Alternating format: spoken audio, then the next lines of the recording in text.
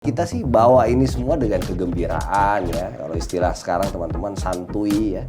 Kita have fun. Gembira karena udah tahu pasti menang atau gimana? Kalau itu kan konsekuensi dari kerja. Oh, iya kan. Aku pikir kan ada juga gembira karena udah tahu pasti menang. Politik itu kan seni memanage kemungkinan-kemungkinan kan. Ya, tapi kalau semua mungkin menang ya, sedikit kemungkinan kalah ya kan. Tapi kalau kerja keras ya pasti konsekuensinya menang. Pak Prabowo tolong dicek Pak Prabowo. Apakah komandannya ini paham betul nih soal Pak Prabowo? Sosok Prabowo dari kacamata seorang mantan ketua umum PBHMI. Penting ini, jangan sampai komandannya fit and proper test apapun dari kandidat komandan. Iya dong. Bisa direvisin tak kalau iya, salah. makanya masa nggak kenal, masa cuma dari tadi Gibran terus. Jangan lupa presidennya Pak Prabowo. Kalau saya main kerja buat kasih suara ke Anies baru masalah Oh, ya. iya. Ini sampai ke hati nih dari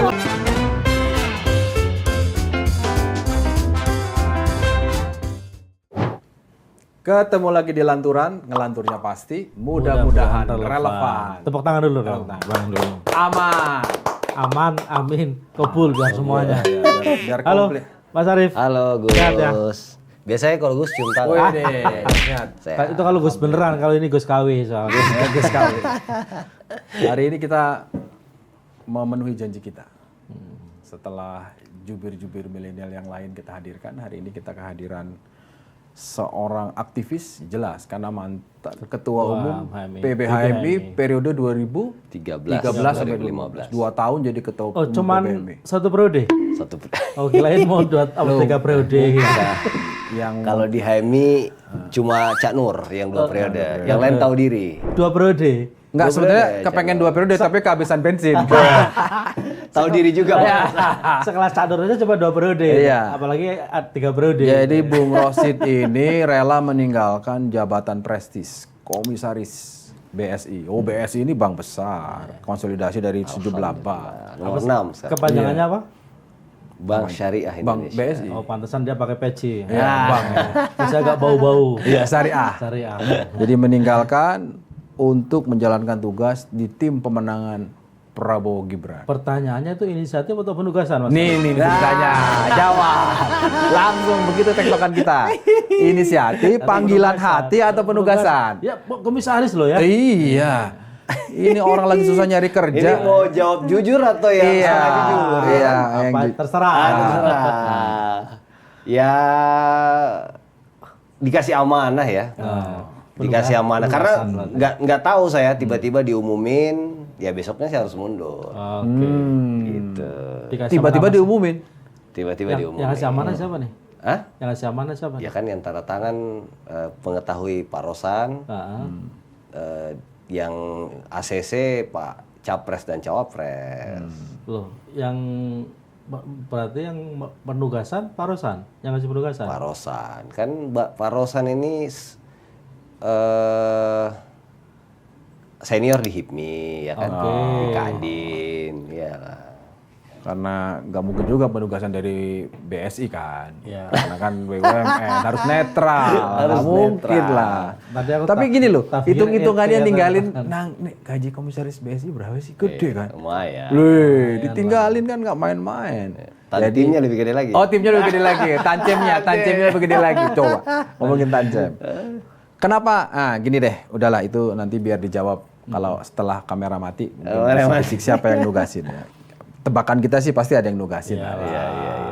Dan penugasan itu tidak bisa ditolak. Nggak mungkin Rosan juga lah. Ini Iya. kan urusannya beda kan. Auto langsung presiden. Yang nugasin. Nah, itu. Bukan presiden kan? Katanya tadi setelah ini. Oh ya oke. Ya. Kenapa? Ketua Fanta ya? Ketua Fanta ya, Ketua Tim Pemenangan. Komandan namanya. Komandan TKN. Komandan TKN Fanta. Fanta. Kenapa Fanta? Bukan Coca-Cola atau Bukan Sprite. atau temulawak. Kan komandan kalau salah ada 7 kan. Oh, ada 7. Jadi Alpha, Beta, Charlie, Delta, Oh, Echo, nama. Fanta, terus Golf gitu. Sebenarnya pengen golf biar bisa latihan Bisa golf, latihan ya. golf, tapi Fanta. Cuma karena Fanta ya. Dan itu udah. memang fokus ke anak-anak muda. Nomenklaturnya itu komandan pemilih muda, komandan Fanta pemilih muda. Oh. Jadi memang ada yang bilang under 40 ya, Oke. ada yang ya bisa juga milenial kan mungkin 42. tahun ke bawah ya gitu. Jadi ya bebas saja. Apa Seperti yang masih muda-muda, usia. Tugas utamanya Bang hanya menjaring pemilih itu Ya usia jelas muda. karena kan di pemilu ini menariknya dan yang paling menentukan kan pemilih muda ya. Karena usia kalau kita pakai 40 tahun ke bawah berarti dia 53%. Yes. Kalau kita mau pakai standarnya milenial, istilah milenial dan Gen Z berarti 42 tahun ke bawah itu bisa Tadi 56%. menunggu padahal yang menentukan ada pemilih ini adalah cawapres muda gitu. Ternyata pemilih muda. Pemilih muda. Bukan cawapres muda ya. Dia lokomotif pemilih Lokomotif muda. Itu istilahnya, Pak Gus. Jadi Mas Gibran ini lokomotif, kita semua ini gerbong. Oke. Jadi pemilih-pemilih penumpang gitu ya. Atau gimana itu? Iya kan? Kalau dia lokomotif jalan sendiri, nggak ada penumpang juga kan kosong kan? Berarti jadi harus ikut semua. Hebat berarti Bung Rosid ini. Lokomotifnya Mas Gibran, masinisnya dia. Kan dia komandannya Fanta. Enggak lah, kan lokomotif. Enggak berani. Enggak apa-apa. Peta konflik ini. Kan komandan. Kan lokomotif. Nah, kan lokomotif. Tapi kita tergantung gerbong. juga Mas, keretanya apa? Kereta listrik, kereta uap, atau kereta Atau kereta bus. Iya. Oke, Mas Arief, saya tertarik maksudku Mas Gibran ini kan sudah menjadi representasi dari tokoh muda gitu ya. Kenapa harus perlu disokong oleh satu tim khusus misalnya yang itu ditugaskan untuk nge-grab gitu ya, pemilih-pemilih muda ini? Iya kan namanya tadi Mas, kalau lokomotif kita mengibaratkannya ya perlu ada gerbongnya kan. Gitu. Karena kan selain tadi ya, kan kalau konteks pemilu ya kita bicara total DPT dan berapa persen pemilih kan, pemilih. Tapi kalau yang bicara lebih besar lagi, misalnya kita bicara konteks Indonesia kan, sejak 2012 Indonesia ini memperoleh namanya bonus demografi. Kebetulan waktu itu sejak 2010 kita udah mulai bersuara itu ya. Dan 2012 sampai akhirnya puncaknya ketika tadi disebutkan atribusinya Ketum HMI, kita bawa satu dokumen ke Pak Jokowi untuk mendorong adanya kebijakan tentang koordinasi lintas strategis kepemudaan. Gitu. Baru disahkan 2017. Gitu. Yang intinya sebenarnya kita kalau pengen sukses bonus demografi ini seperti banyak negara-negara maju ya kayak Korea, Singapura, China dan lain-lain itu, kalau kita memanfaatkan bonus demografi ini dengan menggerakkan potensi anak muda yang ada di dalamnya. Kalau Bung Karno kan cuma butuh 10 anak muda untuk mengguncang dunia. Indonesia udah punya 100 juta lebih anak muda. Nah sebenarnya dalam konteks itu Mas, jadi kita nggak bisa bicara cukup misalnya Mas Gibran sebagai representasi kita, kemudian kita yang lain diam-diam aja. Nah, kami menganggap bahwa figur Mas Gibran ini sebagai lokomotif karena tadi kebijakannya sudah ada, artinya itu ada afirmasi di sana ya. Pak Presiden juga sejak awal kan kebijakannya ada staf khusus milenial ya. Di BUMN Pak Erik udah dorong 10% direktur sama komisaris muda ya. Menterinya ada Mas Dito, ada Mas Nadiem ya kan. Memang yang kita butuhkan sekarang itu representasinya itu di top leader gitu.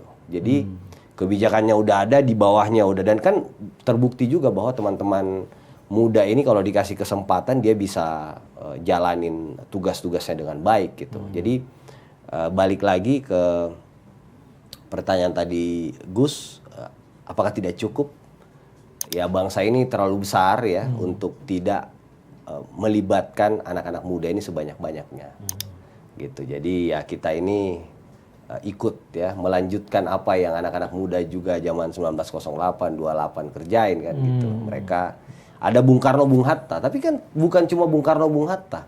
Di belakangnya ada Syahrir, ada Tan Malaka dan seterusnya. Syahrir yang bener ya Mas? Hah? Syahrir yang bener ya? Emang ada yang nggak benar.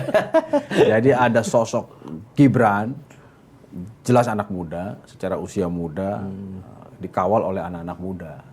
Yeah. Kira-kira gitu ya? Iya. Nah, tapi Mas Gibran ini sejauh ini ya pandangan kita ini masih hemat ya, efisien. Belum banyak bicara atau memang diwakili oleh timnya. Gimana? Boleh cerita nggak? Ya kita pengen dengar langsung nih dari timnya karena sejauh ini ya singkat-singkat meresponnya gitu.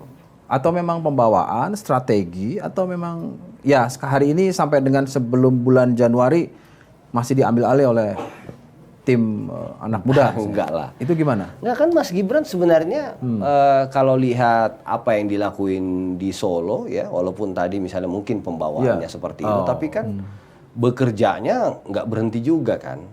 Dia bangun Solo Technopark gitu ya, Shopee didatangin, ya kemudian secara ekonomi pertumbuhannya oke dan seterusnya. Jadi menurut kami sih ya kan kita harus bagi tugas juga Mas ya kan. Ya, Mas Gibran dan kan maksudnya kita lihat juga kan waktu beliau sebelum ke KPU kan sebenarnya gagasan tentang dana abadi pesantren, gagasan tentang kredit startup milenial, ya itu benar-benar jadi kebutuhan anak-anak muda gitu. Itu jadi buat Mas Gibran itu sedikit bicara banyak kerja. Walk the talk. Ya. Sedikit bicara banyak kerja.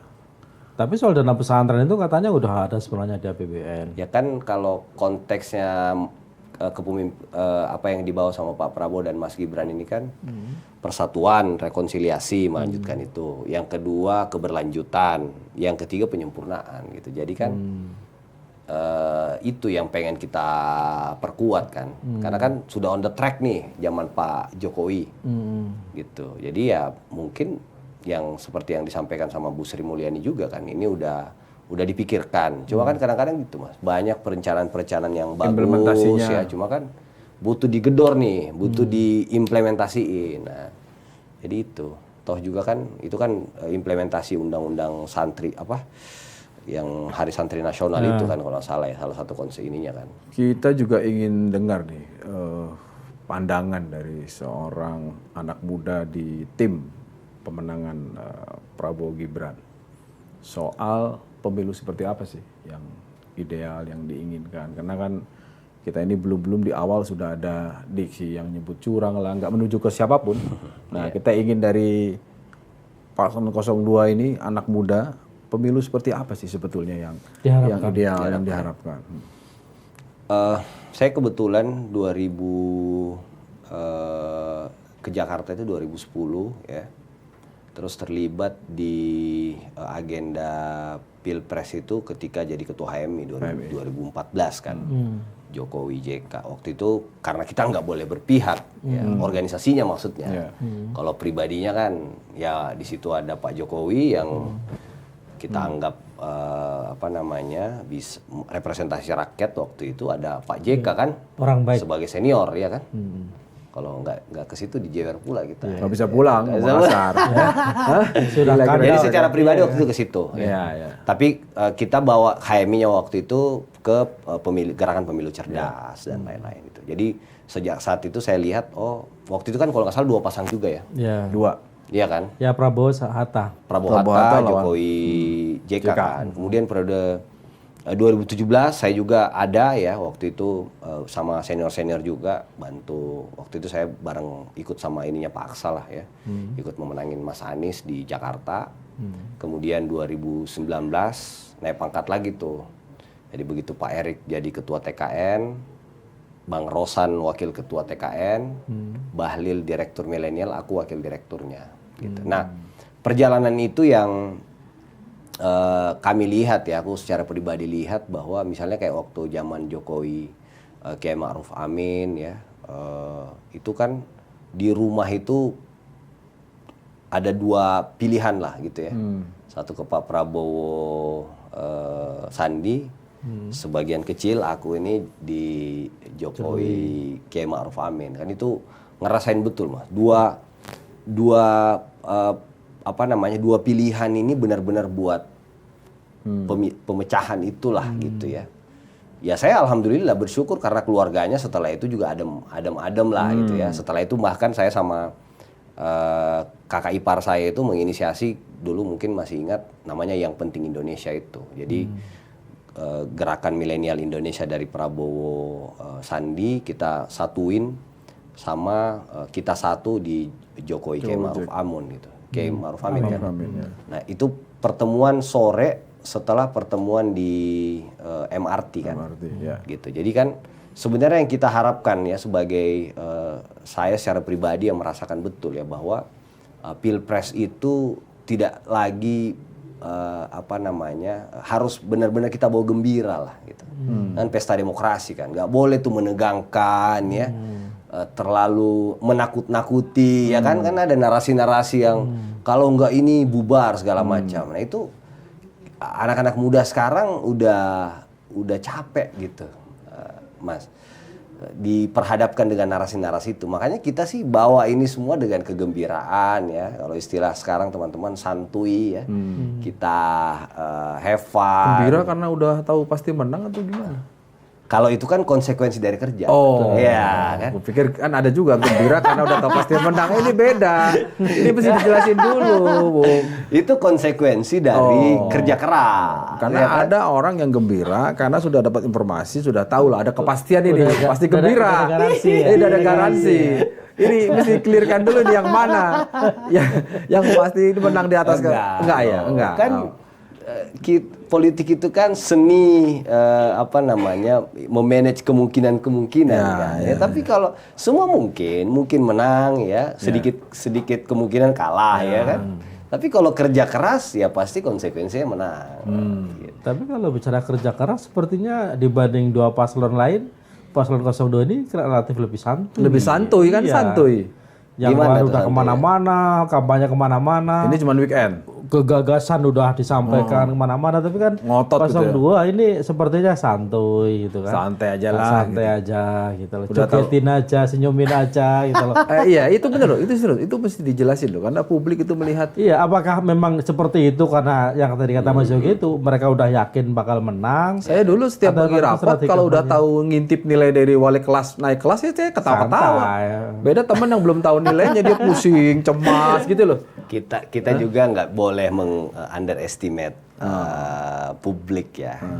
Artinya kan sebenarnya jadi gini, kita menganggap Pak Prabowo dan Mas Gibran itu misalnya dengan tidak cuti maka nggak kerja kan. Padahal sebenarnya kan ujung dari aktivitas politik kita ini kan bagaimana kerja kita itu membawa kemaslahatan kan. Ya sekarang Pak Prabowo sama Mas Gibran itu kan lagi ada posisi.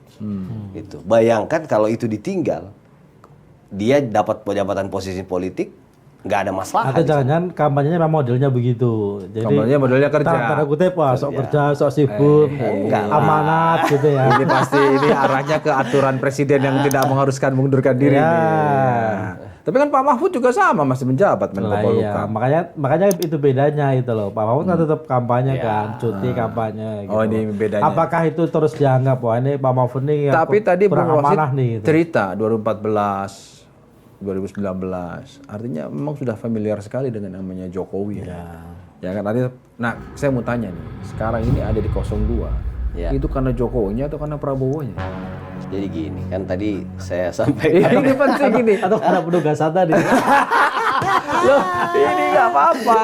Anak muda ini harus Memang kalau jurnalis senior ini tajam-tajam. anak muda ini harus cas gitu. Untung Ya. jadi yang mana ini? Karena kan ada dua faktor. Satu, historical sudah akrab dengan Pak Jokowi lah dari mulai 2014, 2019 ya kan. Ada penugasan-penugasan tadi sudah disampaikan. Ada faktor Pak JK karena tokoh di Makassar kan. Nah sekarang ketika hari ini ada di posisi komandan pemenangan Fanta, lebih melihat faktor Prabowo untuk seorang Adip Rosid Hasan. Ya pasti kan, pasti Pak Prabowo sama figur Mas Gibran ya. Iya kan. Jadi kan tadi aku udah cerita Mas bahwa Indonesia Maju ini kan Indonesia Maju itu syaratnya banyak kan. Ini kalau kita baca-baca aja ya kan pertumbuhan ekonomi kita sekarang udah 5%. Untuk menjadi negara maju kita butuh sekitar 7% kan tiap tahun kan. PDB kita baru belum 4.000 kalau nggak salah kan. Butuh 3 kali lipat ya kalau nggak salah 12 ribuan sampai bahkan 16.000 gitu. Jadi untuk mencapai itu kan butuh akselerasi ya. butuh akselerasi, butuh kesinambungan, dan itu nggak bakalan bisa terwujud tanpa ada persatuan ya, atau semangat quote and quote melanjutkan rekonsiliasi yang selama ini sudah baik kan. Jadi kan Pak Jokowi ketika selesai Pilpres, beliau mengajak ya rival politiknya, dan itu saya kira tidak pernah kejadian ya di dunia yang lain gitu kan. Orang kalah diajak, ya kalah aja gitu kan. Dan saya kira tidak mudah juga menjadi seorang Prabowo Subianto. Seorang yang juga punya mimpi yang sama gitu ya, menjadi seorang presiden, kemudian kalah, dan dia mau berbesar hati ya untuk bisa ada di dalam kabinetnya Pak Jokowi gitu. Jadi menurut saya konteks itu yang kami secara pribadi, dan saya banyak bilang juga ke teman-teman ya, generasi muda sekarang ya, baik teman-teman milenial, Gen Z ya, bahwa apa yang sudah dimulai, apa yang sudah diletakkan pondasinya oleh Pak Jokowi ini, sepertinya sinyalnya itu ada sama Pak Prabowo dan Mas Gibran. Sinyal kuatnya, ya kan? Bahwa figur inilah, karena kan kalau bicara yang lain, kita bicara perubahan ya kan? Ya. Satu lagi nggak tahu mau kemana kan? Kiri kanan oke ya kan? Nah, kalau kita butuh ketegasan itu, kita butuh yang mana nih, yang firm gitu ya, bahwa ingin melanjutkan apa yang sudah dibangun oleh Pak Jokowi. Jadi dalam konteks itu kami melihat bahwa Pak Prabowo ini luar biasa. Yang lain ya figurnya Mas Gibran, Mas tadi kan aku udah cerita bahwa kita udah ada afirmasi kebijakannya. Di beberapa sektor penting udah ada keterlibatan anak muda, tapi kan nggak cukup.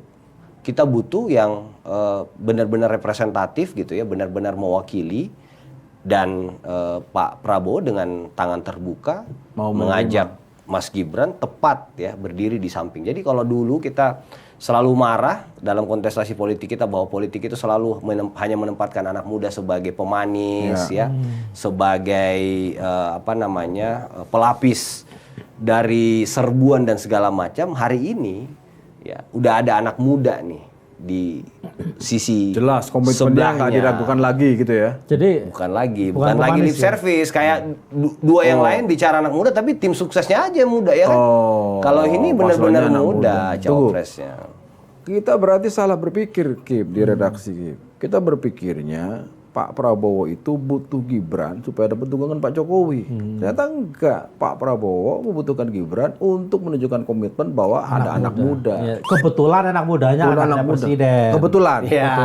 Jangan pura-pura gitu, Kim. Jangan pura-pura gitu, Kim.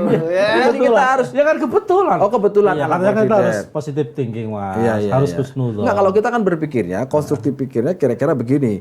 Pak Prabowo butuh kemenangan, ya kan, sehingga dia tarik lah. Boleh dong, anak presiden jadi wakilnya dengan harapan dapat dukungan.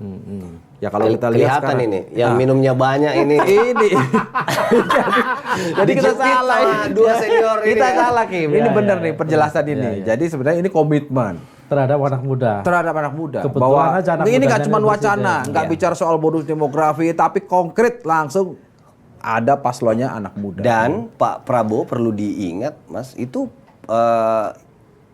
perjalanan panjang beliau juga banyak kan. Kan kalau di survei terakhir aku baca itu, yang partai yang punya keberpihakan terhadap kebijakan soal kepemudaan itu nomor 1 Gerindra gitu. Jadi ya kan, dan kan banyak tuh sekarang caleg-calegnya segala macam yang muda-muda kan. Ini berarti kita yakin kalau kita bersaing.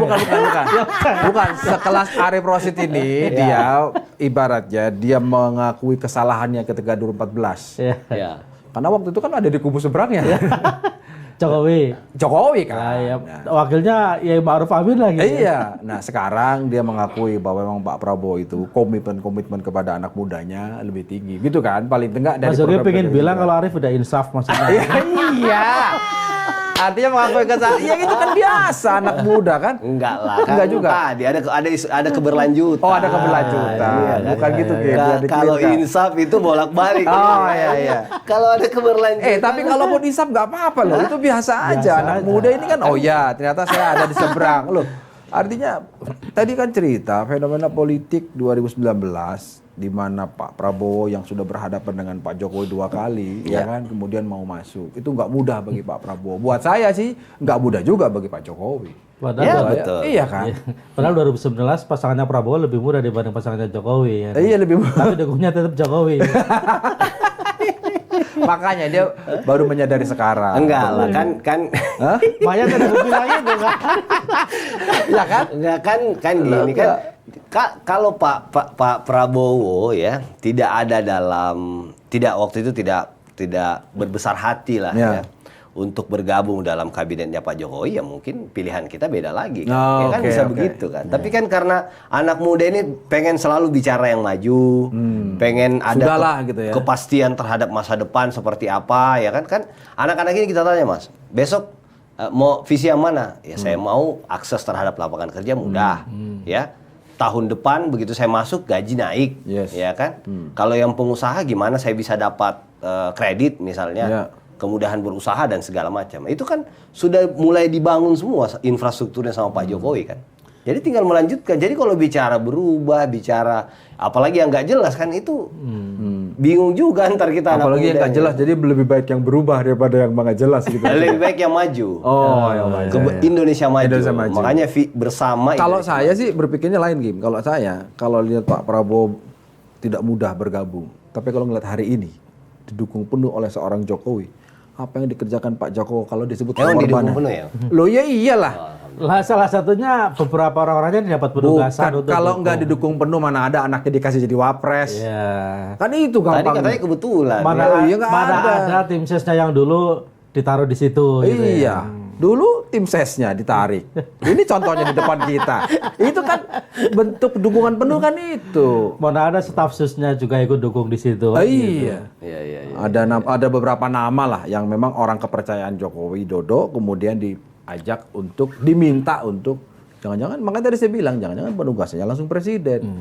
Tapi kan karena terkonfirmasi tidak atau minimal tidak membantah, itu kan ya kita nggak bisa sebut penugasan dari seorang presiden. Iya. Anggap saja panggilan hati, Mas. Iya, Panggilan panggilan hati, panggilan politik. Karena tadi Nah, insaf tadi anak muda ingin keberlanjutan dan sebagainya. Kita juga sama lah ya. Kita ingin pasti kita. Alhamdulillah. Salaman Iya. dulu dong. Oh, salaman, clear kita. Kita ingin keberlangsungan. keberlanjutan itu maksudnya gimana, Mas? Keberlanjutan pemilunya. Oh.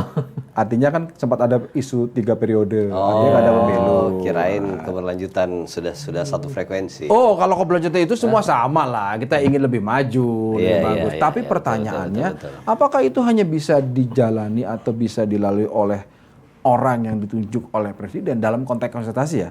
Kalau kita sepakat semuanya boleh maju mencalonkan diri, artinya di situ ada posisi. Ini kita diskusi. Ada posisi di mana negara itu harus bisa menahan diri untuk memberikan kesempatan. Itu kan Yang cara sama. untuk menunjukkan bahwa kita komit kepada pemilu Ya. yang jujur dan adil. Ya.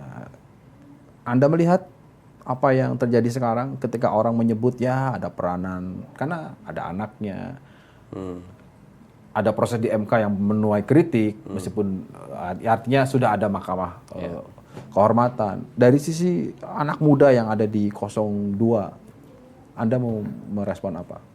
Ya tadi ya, Mas, bagi kita kepastian terhadap masa depan itu yang adalah segalanya sih. Ya. Jadi bagi kita kan yang diwarisi sama apa yang terjadi hari ini kan kami semua gitu, adik-adik kita ya, mungkin anaknya panjenengan berdua kan gitu. Jadi itu sebenarnya yang kami melihat bahwa yang utama dari semua urusan tadi kan politik itu harus membawa kemaslahatan ya. Jadi ketika politik ini ada kepastian ya bahwa nilai kemaslahatannya atau nilai kebermanfaatannya lah gitu ya buat anak muda itu jauh lebih besar ya, kenapa enggak gitu. Sekalipun yang menyoal itu misalnya anak muda, ada sebagian besar anak muda yang bukan sebagian besar lah, ada kelompok anak muda yang ya namanya kan taat konstitusi, itu kan harus dijaga. Negara sebesar apapun, semaju apapun, konstitusi negara itu harus dijaga, meritokrasi harus dijaga. Anak muda yang progresif adalah anak muda yang tidak mau dibelikan privilege, tapi anak muda yang berkeringat. Itu kan fakta yang ada kan. Nah, aku pengen denger nih kira-kira. Ya, kan itu semua sah-sah saja ya. Itu kan dalam proses demokrasi kita kan semua orang punya punya hak Perspektif. bicara ya, punya perspektif yang berbeda ya kan, itu sih wajar aja. Cuma kan prosesnya ini kan misalnya di MK kan sudah dilalui semua proses hukumnya segala macam kan. Itu bahwa ada yang Mas Gibran misalnya memperoleh kesempatan itu kan ternyata sebenarnya bukan cuma Mas Gibran kan gitu. Jadi yang kita pengen bilang bahwa ini kamar yang berbeda ya, yang aku sendiri juga kan disiplin keilmuannya misalnya kesehatan kan ya, di kebijakan kesehatan gitu. Jadi ini prosesnya udah jalan ya, ada apa namanya sesuatu yang juga sudah dinilai misalnya oleh MKMK dan seterusnya kan, ini udah selesai. Bahkan keputusan terakhirnya kan juga sudah nggak boleh dinilai lagi kan gitu. Jadi ini satu hal, tapi yang jauh lebih besar bagi kami itu adalah bagaimana menatap masa depan Indonesia ini menjadi sesuatu yang lebih baik gitu. Kita pengen ada keberlanjutan ya, apa yang sudah dibangun Pak Jokowi misalnya dengan Indonesia sentris ya, membangun IKN, kemudian apa namanya hilirisasi, distribusi kegiatan-kegiatan nasional juga kan di Papua ya, tahun depan di Aceh misalnya PON dan seterusnya. Jadi itu yang kami anggap bahwa, dan kan bisa aja Pak Jokowi bangun di Jawa aja kan bisa aja gitu. Toh suara terbesar di Jawa kalau misalnya dia pengen bicara tentang populis kan. Tapi ini tetap bangun di luar Jawa. Ini tetap membangun luar Jawa. Meskipun di Solo tetap diperbanyak Solo. Iya kan, Solo ini di Jawa Tengah juga kan potensinya besar juga kan gitu. Jadi ini kan, dan kan ada wali kota progresif di sana. Jadi karena anggaran APBN-nya juga progresif masalahnya. Ya kan kalau tidak ada kemampuan ya, seorang anak wali kota atau anak muda, nah itulah butuhnya kita wali kota muda Mas. Jadi pikiran-pikiran, eksekusi, anggaran pun juga nggak akan dibiarkan kalau oleh wali kota yang bukan anak muda kira-kira gitu. Ya, dan kan terbukti kan. Yang repot kalau dikasih afirmasi nggak jalan. Nggak jalan. Tapi kalau ada keberpihakan, dan itu Mas, itu menurut saya yang selama ini kita lupa ya, bahwa keberpihakan terhadap orang muda itu menurut saya yang selama ini sejak 2010 perjuangkan itu, sekarang itu utama gitu. Gitu. Keberpihakan ya. Karena ya minta maaf, jumlah kita besar gitu ya. Kalau tidak ada yang punya keberpihakan ya, mendorong afirmasi anak-anak muda ini untuk bisa tampil ke depan gitu, itu selamanya sih kita selalu akan nah setelah keberpihakan harus ada afirmasi, harus ada representasi. Kan, gitu. Dan itu sudah dijawab dengan mencalonkan seorang Mas Gibran Rakabuming Raka. Sebagai anak muda. Sebagai anak muda. Anak muda loh ya, bukan anak presiden. Itu kan kebetulan.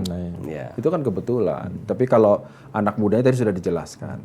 Nah, saya itu penasaran. Penasarannya begini.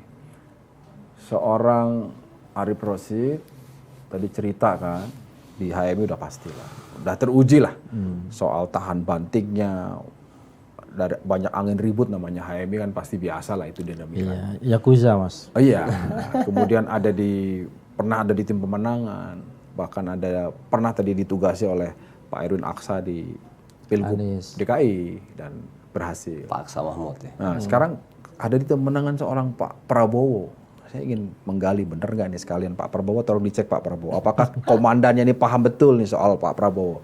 Apa yang Anda bisa jelaskan ke anak muda seorang sosok Prabowo dari kacamata seorang mantan ketua umum PBHMI? Penting ini, jangan sampai komandannya fit and proper test dari kandidat komandan. Iya dong, bisa direvisin kalau salah. Makanya masa cuma dari tadi Gibran terus. Jangan lupa presidennya Pak Prabowo gitu. Mesti kita pengen tahu juga apa yang Anda bisa jelaskan, sejauh mana Anda mengenal sosok Pak Prabowo.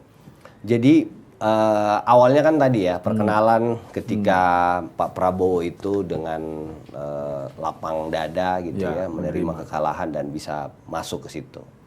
Dan ketika dia masuk ternyata kan sebenarnya nggak lapang dada juga, sempat mengepung Bawaslu. sempat ada perang-perang kecil. Itu kan terekam oleh sejarah. Bahwa kan, kemudian ujungnya ada peristiwa MRT, itu lain cerita. Yang dimaksud dia itu udah ada ujungnya aja, Ki. Udah ada ujungnya, mau berbesar hati bergabung. Saya cuma mengingatkan Arief aja biar nggak lupa. Gimana? Kan awalnya dari situ lah ya kita lihat, dan kan setelah lihat kinerjanya, beliau salah satu menteri yang paling dianggap perform lah ya. Iya, karena anggarannya paling besar. Ya, ya itu kan sama juga kan. Lah iya, bahwa berarti kan kerjanya banyak kerja kan banyak, gitu. ya. Anggap saja banyak seperti yang itu, kan. dikasih besar nggak habis. Tapi kan. nguap, nggak habis, Nggak habis, nggak produktif, nguap, ya kan, korup dan lain-lain. Nah, setelah itu ya kita baca dong pikiran-pikiran beliau Interaksi, kan, gitu-gitu betul. Dan ketika misalnya di banyak kesempatan kan beliau selalu cerita, kita ini bangsa yang besar ya, masa jam tangan buatan luar negeri ya, dan lain-lain itu kan dan misalnya juga ya terakhir beliau sampaikan soal makan siang gratis itu kan bagi pengusaha ya. Saya kebetulan di HIPMI, di Kadin juga kan, di Badan Ekonomi Syariah itu melihat bahwa disitulah pemahaman ya Pak Prabowo ini terhadap kebutuhan-kebutuhan yang mendasar gitu. Misalnya kita pengen jumlah pengusaha Indonesia ini untuk menjadi negara maju 10-14%. Ya. Tapi kalau nggak ada kebijakan yang berpihak sama mereka, itu sampai sekarang 3,7%, Mas. Gitu. Jadi hal-hal itu nasionalisme yang tinggi itu dan waktu aku baca bukunya belakangan ini juga ya tentang transformasi Indonesia itu, misalnya beliau ceritakan waktu mendirikan partai Gerindra, ya berpolitik itu setelah kita memiliki segalanya, ya politik itulah yang jalan politik itulah yang harus kita perkuat ya. Maksudnya politik ya harus dimaknai sebagai memperluas kebermanfaatan, ya kemaslahatan ya. Bagaimana kita melihat bahwa kata beliau itu kemiskinan masih hadir, kebodohan dan segala macam. Nah hal-hal itu kan yang perlu benar-benar dikerjakan gitu ya, tidak selagi sekedar balik mundur saling menyalahkan, tunjuk sana tunjuk sini, ini yang salah ini segala macam. Karena kan Pak Prabowo selalu membahasakan itu kan, bahwa keberlanjutan itu ya semua yang ditinggalkan yang baik oleh pemimpin-pemimpin sebelumnya, mulai dari Jokowi,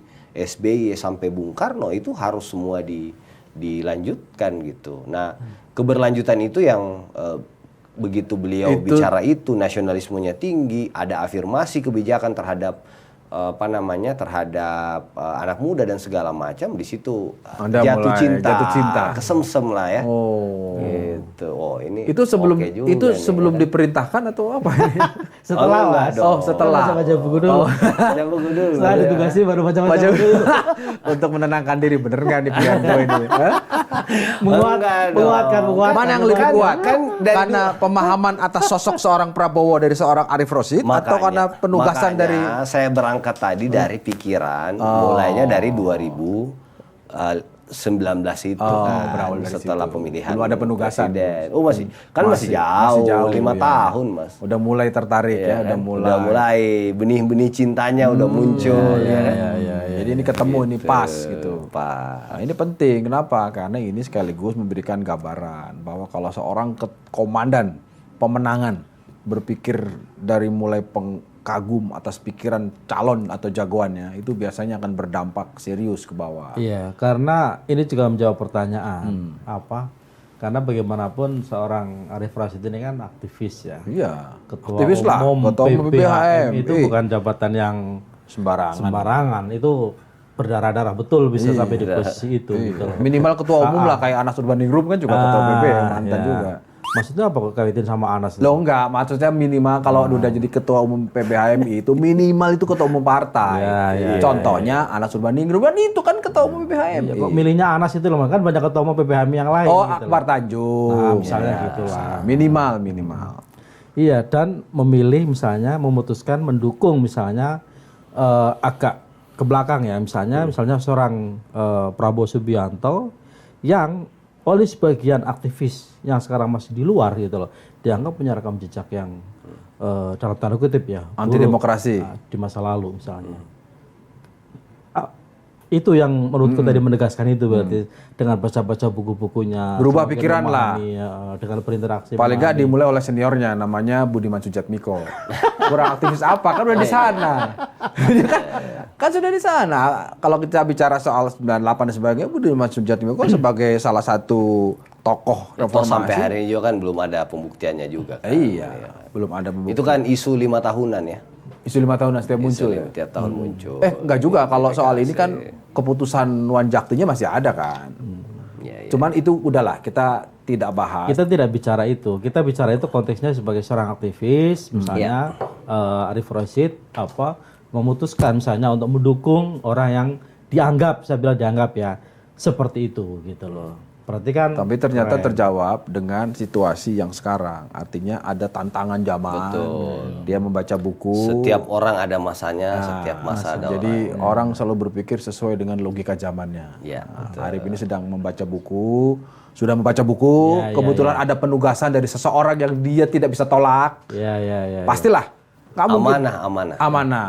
Ya kan? Diamanahin, dikasih tugas dikasih amanah. diamanahi untuk ngawal seorang Prabowo sampai ke kursi presiden, kan gitu kira-kira kan. Nah, dengan pemikiran-pemikirannya.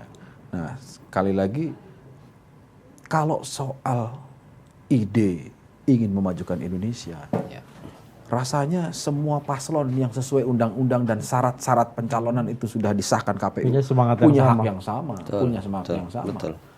Artinya Anda melihat ini bagaimana? Apakah dengan demikian kan orang-orang ini yang sudah ditetapkan oleh KPU, 3 paslon ini kan harusnya punya hak yang sama, punya keleluasaan untuk melakukan kampanye yang sama, gitu kan? Itu yang tadi saya sebetulnya ingin tanyakan.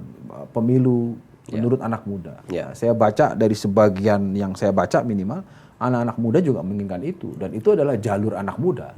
Jadi anak muda itu ingin sesuatu yang progresif, ingin berkeringat, berproses gitu. Tidak mengandalkan privilege. Maksudnya apa nih? Ya keistimewaan lah gitu. iya, Kan keistimewaan. katanya anak muda tuh gitu, suka sesuatu yang menantang gitu loh. Ini dia udah membuktikan. Lah iya kan, saya kan tidak bilang enggak. Oh, setuju gitu maksudnya. Hati-hati Gus. Jangan ini soalnya lagi fit and proper di depan Pak Prabowo ini. Jangan sampai direvisi di kita ini, jangan setelah ini ditonton, Rosid kamu salah kamu bicara. Iya kan, jangan gara-gara kita. Makanya kita kasih kesempatan anak muda lah. Ya sah-sah juga sih Mas ya kalau misalnya bicara soal privilege ya kan kita ini saya misalnya nggak bisa milih kan lahir dari rahimnya siapa ya kan.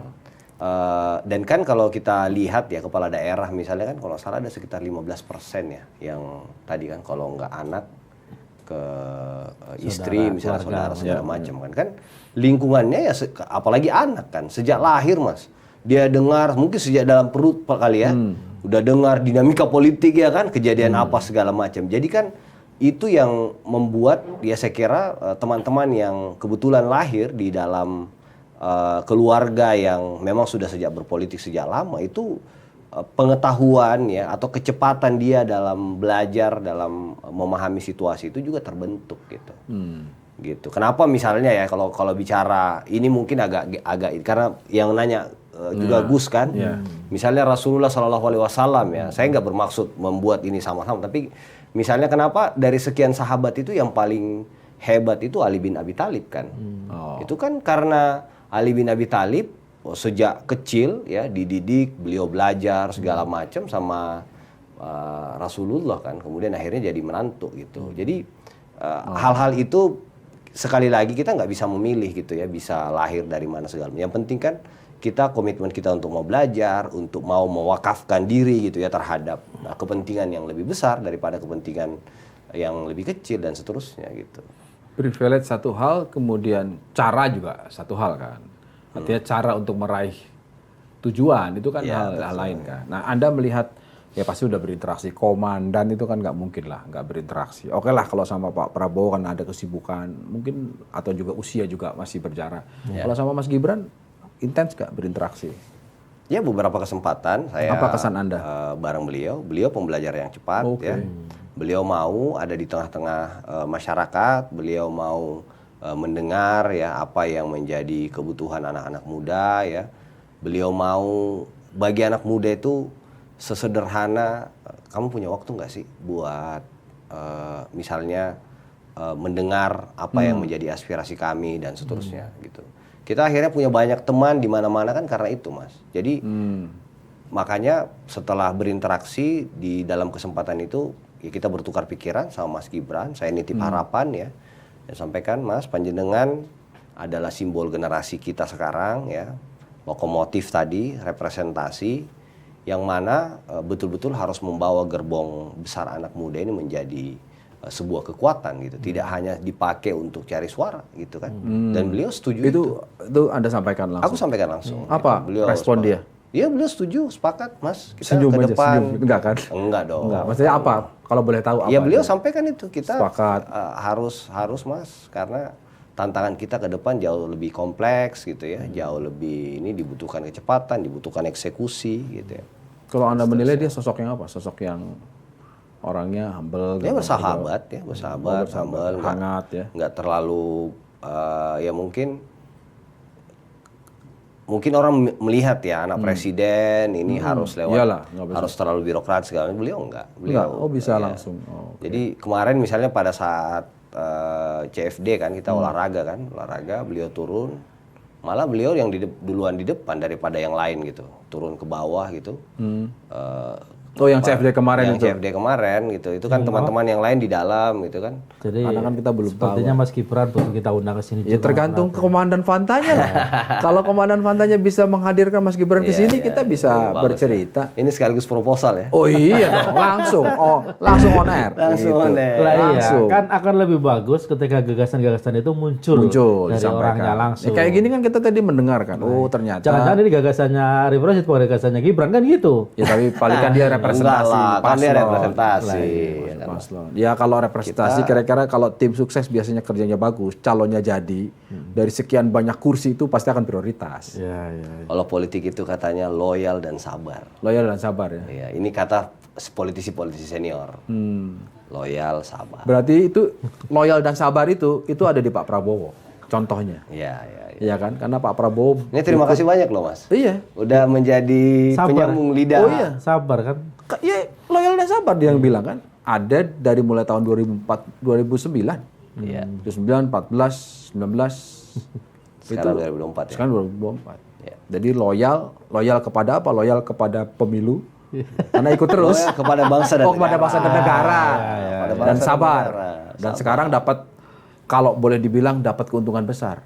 Kenapa? Karena didukung oleh seorang presiden kamu. Dan itu merupakan hasil dari loyal dan kesabaran itu. Ini tadi kan disampaikan. Sekarang kita mau tanya. Tadi sudah mengenal Pak Prabowo, mengenal Gibran, berinteraksi, anak muda. Sekali lagi saya ingin tanya.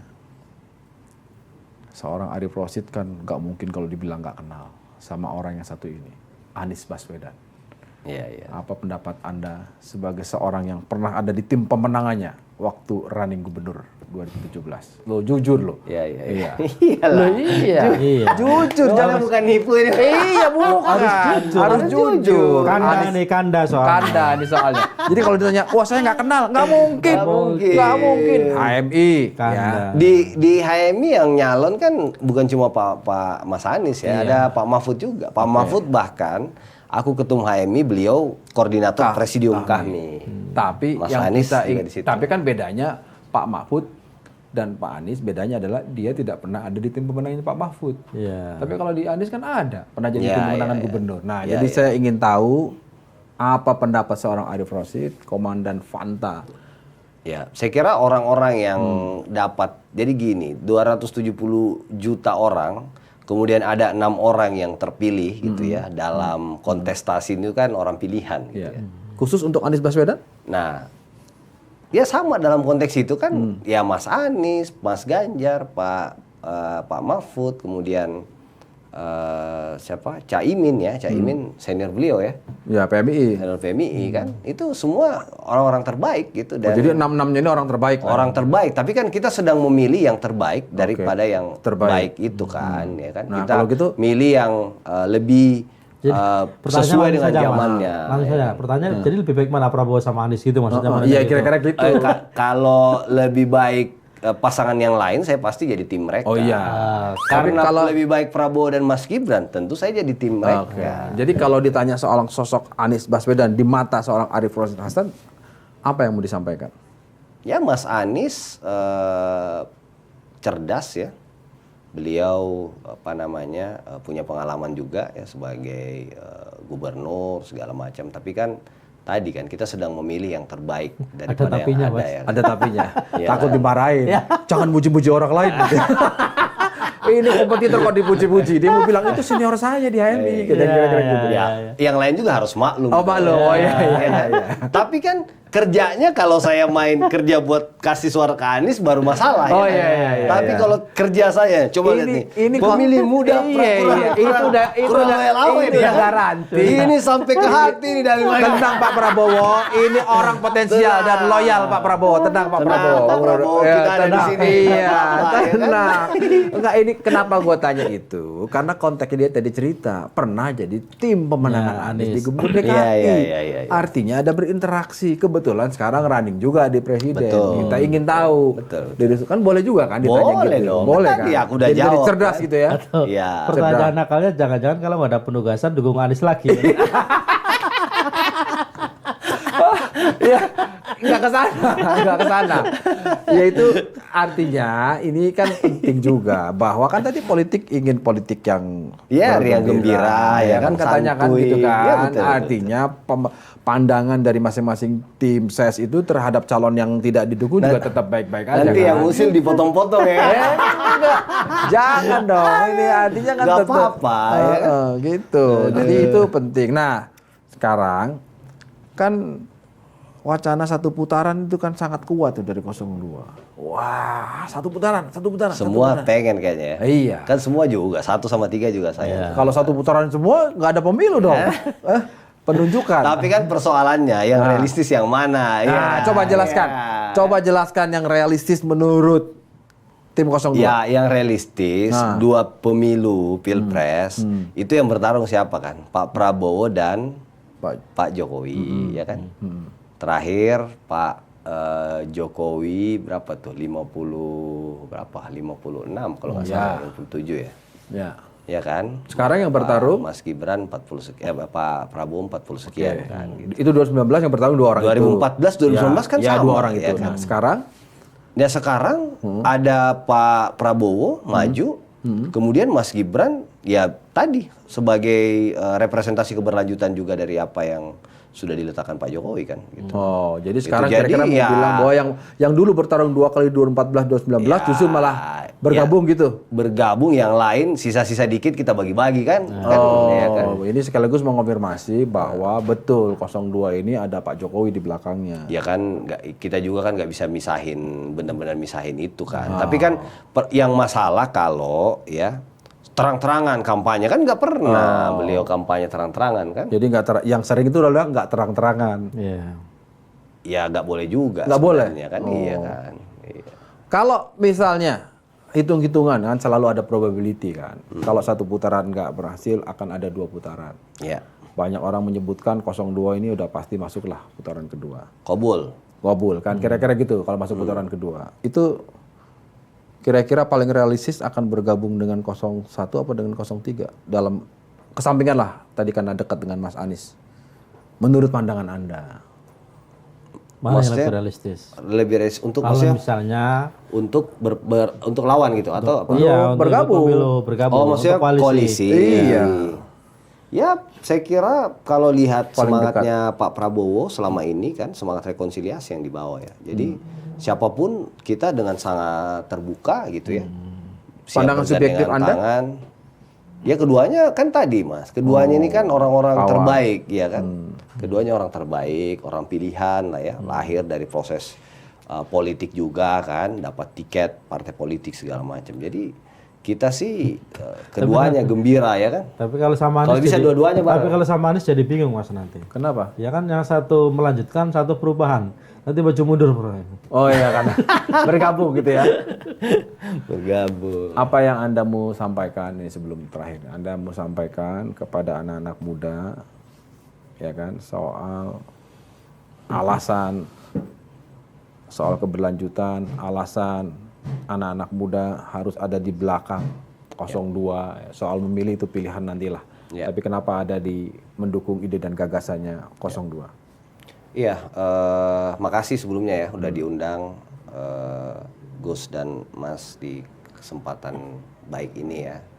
Yang pasti kita harus menyadari ya bahwa politik itu adalah jalan yang lapang gitu ya untuk memperluas ya kemaslahatan. Itu komitmennya doktrin organisasi dulu begitu soalnya. Pokoknya dimanapun kamu menjejakkan kaki harus ada kebermanfaatannya, harus ada kemaslahatannya. Jadi politik itu ya harus ke sana yang ideal gitu. Sehingga menurut saya dalam proses politik ini ya teman-teman ya utamanya yang generasi muda ini harus bisa melihat ya siapa yang akan membawa bangsa Indonesia ini menjadi bangsa yang maju ya, bangsa yang di masa depan itu kita bisa bangga gitu sebagai seorang Indonesia gitu ya. Di mana-mana kita ngaku orang Indonesia dikenal gitu ya. Negara kita maju, rakyatnya sejahtera dan seterusnya. Dan menurut saya itu tidak bakalan bisa kita wujudkan tanpa ada kepemimpinan yang kuat ya, tanpa ada visi keberlanjutan di sana ya. Dan yang paling penting harus ada representasi anak mudanya gitu, karena kita selama ini hanya jadi buih ya. Kita selama ini hanya diminta mencari suara sebanyak-banyaknya. Setelah pemilu ya disapa alhamdulillah ya kan. Dikasih kesempatan tapi masih terbatas. Nah, sekarang saatnya ya. Presidennya senior ya. Wakil presidennya muda. Jadi ini yang bagi kami yang selama ini kami perjuangkan gitu ya. Bagaimana agar representasi anak muda itu terang benderang. Dia tidak sekedar lip service, dia tidak sekedar hanya pemanis ya dari kontestasi yang ada gitu. Anak muda dan syukur-syukur berasal dari keluarga yang powerful. Ya anak muda aja. Anak muda aja. Ketemu lagi di Lanturan minggu depan. Terima kasih. Thank you. Thank you.